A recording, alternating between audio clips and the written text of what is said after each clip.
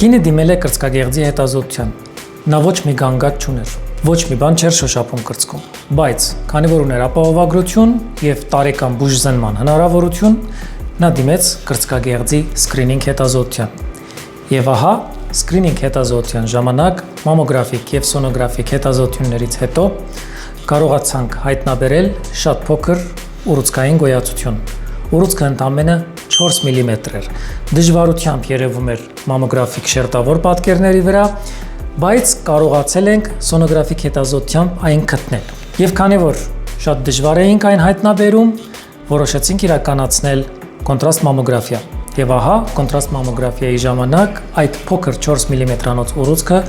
շատ հստակ կերպով և բավականին ինտենսիվ կուտակեց կոնտրաստանյութը։ Եվ արդեն մեզ համար պարզ էր, որ մենք գործ ունենք առաջին վաղ փուլում շատ փոքր ուռուցքային գոյացության հետ։ 4 մմ-անոց գոյացությունը հնարավոր չէ կոր բիոպսիա անել,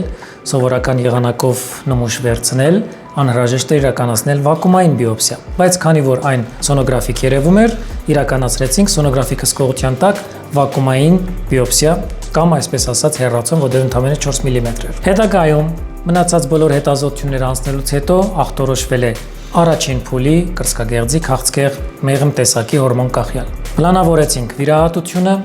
տեղադրեցինք մետաղական ուղղորդիչը այն հատվածում, որտեղից հեռացվել էր ուռուցքը, և վիրահատության ժամանակ հեռացրեցինք այդ ամբողջ հատվածը, որտեղ գտնվում էր ուռուցքը։ Ես ավելի քան վստահ եմ, որ մենք վակուումային եղանակով կարողացել ենք ամբողջությամբ ուռուցքը հեռացնել, բայց քանի որ մեզ պետք էր հստակ